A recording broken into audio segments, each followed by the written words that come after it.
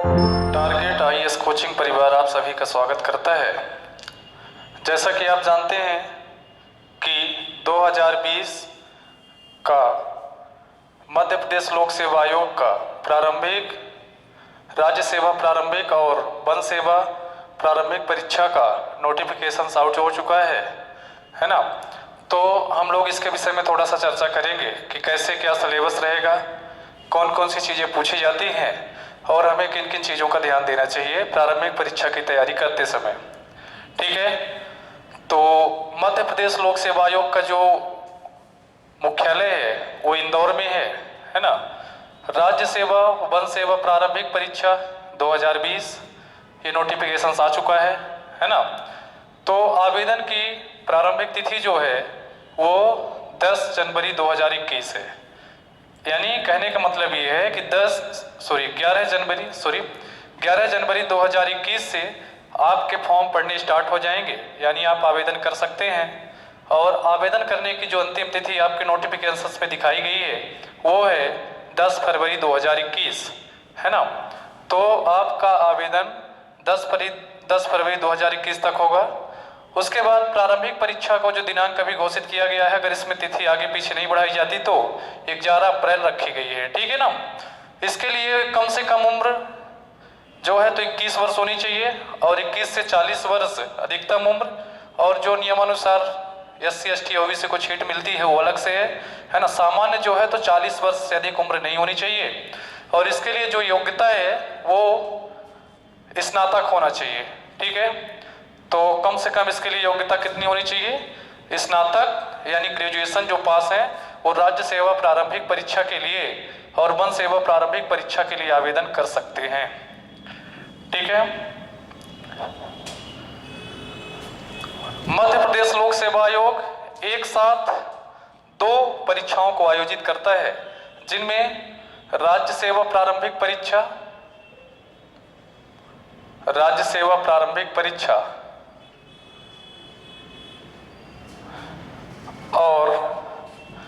One सेवा प्रारंभिक परीक्षा। राज्य सेवा प्रारंभिक परीक्षा और वन सेवा प्रारंभिक परीक्षा। ठीक है, तो दोनों के लिए जो पेपर है वो एक समान पेपर आता है। एक ही पेपर में दोनों अभ्यर्थियों को मेंस परीक्षा के लिए चुनाव किया जाता है ना। तो इसके लिए जो योग्यता है तो राज्य सेवा के लिए किसी भी विषय में स्नातक होना चाहिए। और वन सेवा प्रारंभिक परीक्षा के लिए इंजीनियरिंग, ठीक है, और स्नातक में BSc, ठीक है। और जो अन्य योग्यताएं हैं जैसे एग्रीकल्चर से BSc है, ठीक है, तो अन्य योग्यताएं इसमें होनी चाहिए। इसमें वन सेवा के लिए आर्ट विषय से स्नातक जो है उनके लिए अवसर नहीं रहता है। ठीक है, उनके लिए इंजीनियरिंग या साइंस फील्ड होना चाहिए। और वन सेवा राज्य सेवा के लिए आप किसी भी विषय से स्नातक परीक्षा पास है तो उसके लिए आप आवेदन कर सकते हैं। ठीक है, अब हम देखते हैं कि इसमें जो मध्य प्रदेश लोक सेवा आयोग ने जो सिलेबस रखा है वो सिलेबस कैसा है प्रारंभिक परीक्षा का। ठीक है, तो इसके लिए आपको सबसे पहले ध्यान देना है कि जो प्रारंभिक परीक्षा का सिलेबस है, राज्य सेवा प्रारंभिक परीक्षा का पाठ्यक्रम,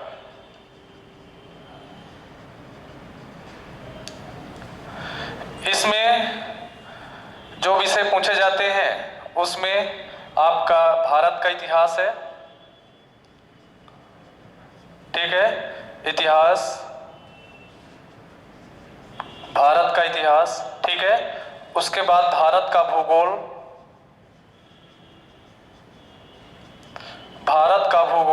और विश्व की सामान्य भौगोलिक जानकारी, विश्व की सामान्य भौगोलिक जानकारी। ठीक है, तो भारत का पूरा इतिहास आपके सिलेबस में इंक्लूड करता है। हालांकि है ना, एंशिएंट हिस्ट्री जो है, मिडिवल हिस्ट्री जो है, मॉडर्न हिस्ट्री है, यानी प्राचीन भारत का इतिहास, मध्यकालीन भारत का इतिहास और आधुनिक भारत का इतिहास। फिर भारत का भूगोल, इंडियन ज्योग्राफी पूछता है इसमें। ठीक है, तो भारत के भूगोल में जितनी भी चीजें समाहित हैं सारी चीजों को पूछता है। और विश्व की जो सामान्य भौगोलिक जानकारी है, जैसे पूरे विश्व में कौन सी बड़ी नदियां हैं, कौन से बड़े पर्वत हैं, कौन से पठार हैं, कौन सी खाड़ियां हैं, है ना, कौन सी पवनी है, ऐसे क्वेश्चंस भी है ना आपसे पूछता है। फिर उसके बाद भारत की राज्य व्यवस्था, भारत की राज्य व्यवस्था ये आपसे पूछता है। तो इस पर भी आपको ध्यान देना है कि भारत की राज्य व्यवस्था में मुख्य रूप से जो भारत का संविधान है ना, इसमें संविधान की विशेषताएं, प्रधानमंत्री के पद, शक्तियां, राष्ट्रपति के पद एवं शक्तियां, और जितनी भी संसदीय समितियां हैं, जितने भी जैसे कहे गए है ना जांच एजेंसियां हैं, तो इनसे रिलेटेड क्वेश्चन आपसे पूछता है। फिर भारत की अर्थव्यवस्था।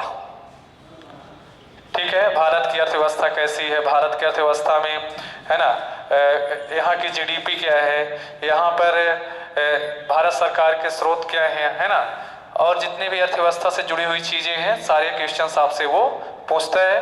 इसके बाद हम बात करते हैं पर्यावरण एवं प्रौद्योगिकी। पर्यावरण एवं प्रौद्योगिकी ये भी प्रारंभिक परीक्षा में पूछा जाता है। पर्यावरण एवं प्रौद्योगिकी ये भी एक बहुत बड़ा टॉपिक है, इससे भी बहुत सारे क्वेश्चन आपके प्रारंभिक परीक्षा में पूछे जाते हैं। तो ये है ना। इसके बाद आपका आता है मध्य प्रदेश। मध्य प्रदेश की सारी चीजें, मध्य प्रदेश को जैसे हम दो भागों में बांटते हैं, एक भाग वो है जिसमें हम मध्य प्रदेश का इतिहास, मध्य प्रदेश का भूगोल, मध्य प्रदेश की राज्य व्यवस्था, मध्य प्रदेश की आर्थिक व्यवस्था जो है। उसके बाद जो पार्ट बी है मध्य प्रदेश की कला संस्कृति, उसमें हम अगर बात करते हैं तो मध्य प्रदेश की बोलियां है ना, मध्य प्रदेश के साहित्यकार, लोक साहित्यकार, मध्य प्रदेश के लोक नाट्य, लोक चित्रकार, लोक कला, लोक संगीतियां है ना, मध्य प्रदेश के शिल्प, उत्सव, पुरस्कार, मेले, ये सारी चीजें आपसे पूछता है। तो मध्य प्रदेश का बेटे जब पिछली परीक्षा में आपने देखा कि बढ़ा दिया है, बहुत सारी चीजें मध्य प्रदेश से डीपली में पूछने लगा है, तो मध्य प्रदेश को भी आपको बहुत अच्छे से तैयार करना है। ठीक है, उसके बाद अगर हम बात करते हैं तो कंप्यूटर, हालांकि पर्यावरण प्रौद्योगिकी में जुड़ा हुआ है, लेकिन कंप्यूटर जो है तो एक विषय है ना, कंप्यूटर से भी बहुत सारे क्वेश्चन पूछे जाते हैं। कंप्यूटर से रिलेटेड जो सामान्य कंप्यूटर का इतिहास है, उसकी कार्यप्रणाली जो है, कंप्यूटर के जो फंक्शन क्या है, कौन से फंक्शन से कौन सा कार्य होता है ना, ये सारे क्वेश्चंस पूछने लगा है आजकल। ठीक है, कंप्यूटर की जो नेटवर्किंग है ना, जो कंप्यूटर, आज कंप्यूटर का युग है, जो साइबर है ना, जो नेटवर्क है, कैसे एक दूसरे से जुड़े हुए होते हैं, कैसे क्या कार्य करते हैं, सारे क्वेश्चंस वो आपसे पूछता है। फिर अगर हम बात करते हैं तो अभी तक जो प्रारंभिक परीक्षा में SC ST एक्ट और ये पूछे जाते थे, अब इसके स्थान पर पूरा जो है तो आयोग जोड़ दिया है, कमीशन जोड़ दिया है, जिसमें नीति आयोग से लेकर के जितने भी आयोग बने हैं अभी तक है ना, पहले से लेकर जैसे SC ST आयोग को रख दिया है, तो ऐसे क्वेश्चन भी पूछे जाते हैं। आयोग एवं समितियां, ठीक है, ये भी चीज आज पूछने लगा है, तो ये भी बहुत इंपॉर्टेंट है। तो ये प्रारंभिक परीक्षा का सिलेबस है आपका। ठीक है, और इसमें एक चीज और अगर हम जोड़ते हैं तो सामान्य विज्ञान से भी क्वेश्चन पूछता है। सामान्य विज्ञान, जनरल साइंस, ठीक है, सामान्य विज्ञान से भी प्रारंभिक परीक्षा में क्वेश्चंस पूछ लिए जाते हैं। तो ये आपका सिलेबस है। ठीक है, अगर हम इन विषयों की तैयारी अच्छे से करते हैं, ठीक है, और इसमें जो सबसे महत्वपूर्ण एक और चैप्टर है वो है करंट अफेयर्स। करंट से जुड़ी हुई बहुत सारी चीजें पूछता है कि वर्तमान में कहाँ क्या हो रहा है, वैश्विक लेवल पर कौन सी घटनाएं हो रही हैं, इंडिया लेवल पर कौन सी घटनाएं हैं, MP लेवल पर कौन सी घटनाएं घटित हो रही हैं, इन सारी चीजों को आपसे वो करंट के अंतर्गत पूछता है। इसमें कौन से बड़े बड़े पुरस्कार हैं, सम्मान हैं, समझौते हैं, संधियां हैं, खेल हैं, तो ये सारे क्वेश्चंस आपके प्रारंभिक परीक्षा में पूछे जाते हैं, यहाँ से क्वेश्चंस उठाता है। अच्छा, इसके लिए सही रणनीति क्या होनी चाहिए, इस पर थोड़ा सा हम चर्चा करेंगे। ठीक है, तो इसके लिए हमको सबसे पहले पुराने पेपर देखना चाहिए, कहाँ से कैसे क्वेश्चन बन रहे हैं, क्योंकि कम समय में अगर हम कोई रणनीतिक तैयारी करना चाहते हैं तो हमको सबसे बढ़िया तरीका ये है कि पुराने पेपर्स जो हैं, जो 10 साल 20 साल 30 साल से पेपर पूछे गए हैं क्वेश्चंस, उनको हम इकट्ठा करते हैं, और जो मॉडल पेपर जो होते हैं उनको भी थोड़ा सा हम सहारा ले सकते हैं कि कैसे क्वेश्चन आएंगे, एक आइडिया लग जाएगा। जो नए छात्र हैं हमारे इस परीक्षा में सम्मिलित होना चाहते हैं, उनको हम बताना चाह रहे हैं कि वो पुराने पेपर को देखें और नए पेपर जो मॉडल पेपर उपलब्ध हैं, जो हो सकते हैं ऑनलाइन ऑफलाइन, उनसे आप प्रैक्टिस कर सकते हैं। और कम समय में एक रणनीतिक तैयारी के लिए टारगेट आईएएस कोचिंग रीवा आपके लिए क्रैश कोर्स का जो है तो क्रैश कोर्स चालू करने वाला है ना, जिसकी अवधि अभी 6 जनवरी से प्रारंभ होगा और प्रारंभिक परीक्षा के पहले तक रहेगी। इसमें आप लोगों को सारी चीजें बिंदुवार तरीके से कम समय में, जैसे मान लीजिए भारत का इतिहास है, अब इतिहास तो ऐसे पढ़ा जाए तो 3-4 महीने का इतिहास ही चैप्टर है पूरा, लेकिन कम समय में आपको कैसे एक विशेष रणनीतिक तैयारी करनी है, इसके लिए हमारी टीम तैयार है। ठीक है, तो जितने भी आपको बिंदु दिए गए हैं प्रारंभिक परीक्षा के, चाहे भारत का इतिहास हो, भारत का भूगोल हो, या विश्व की सामान्य भौगोलिक जानकारी हो, या भारत की राज्य व्यवस्था हो, भारत की अर्थव्यवस्था हो, ठीक है, या पर्यावरण प्रौद्योगिकी हो, या पूरा एमपी का जो भी है ना जीएस है, कंप्यूटर है, आयोग एवं जो समितियां हैं जो भी नया जोड़ा है सिलेबस में आपके, जनरल साइंस है, सामान्य विज्ञान है, और करंट अफेयर्स से जुड़े हुए जो क्वेश्चन आने हैं आपके, तो इसको टारगेट आईएएस कोचिंग बहुत अच्छे से पूरी टीम के साथ काम कर रहा है इस पर, और आपके लिए विशेष क्रैश कोर्स 6 जनवरी से प्रारंभ हो रहे हैं। ठीक है, अच्छा, ये जो पूरा प्रारंभिक का सिलेबस है आपका, राज्य सेवा प्रारंभिक परीक्षा और वन सेवा प्रारंभिक परीक्षा का, इसमें आपके 2 पेपर होने हैं, टोटल 2 पेपर होंगे आपके, और जिसका आयोजन अभी जो नोटिफिकेशंस में दिया गया है वो 11 अप्रैल है। ठीक है, तो इसके हिसाब से इसके 2 पेपर होते हैं, पेपर फर्स्ट और पेपर सेकंड। ठीक है, जो पेपर फर्स्ट आएगा बेटा वो आपका जीएस का रहेगा, और इसमें 100 क्वेश्चन आने हैं। पेपर फर्स्ट आपका जीएस का रहेगा, जैसा कि मैंने आपको सिलेबस बताया, ये आपका 100 क्वेश्चन इसमें आने हैं, 100 क्वेश्चन, और इसका जो पूरा मार्क्स होगा ये 200 नंबर का होगा, 200 और 200 मार्क्स का होगा।